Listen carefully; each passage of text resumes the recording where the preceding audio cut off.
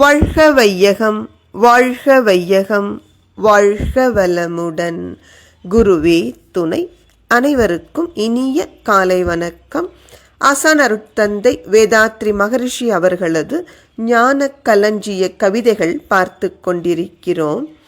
இன்று கவி எண் 29, பறித்துண்ணல் வேண்டாம் என்பது தலைப்பு.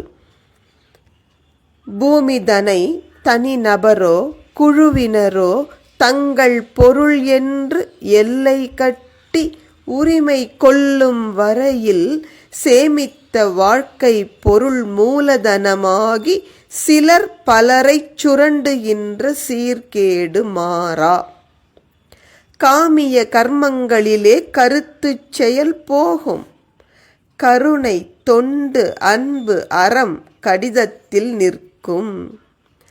நாம் இனிமேல் படிப்படியாய் பொது உடைமை ஏற்று நாடனைத்தும் இணைத்து உலகில் நல்லாட்சி காண்போம். எப்படி மனிதகுல வாழ்வு சீர்குலைந்து போனது என்பதற்கு விடை தருகிறார்கள் அருட்தந்தை.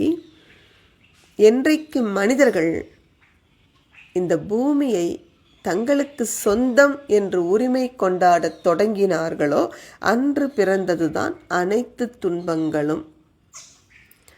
ஒரு திரைப்பட பாடல்ல கூட ரொம்ப அழகா சொல்லுவாங்க,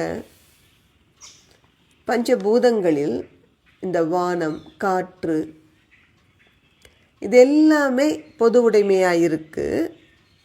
ஆனால் மனிதன் காலில் பட்ட பூமி மட்டும் பிரிந்து கிடக்குது.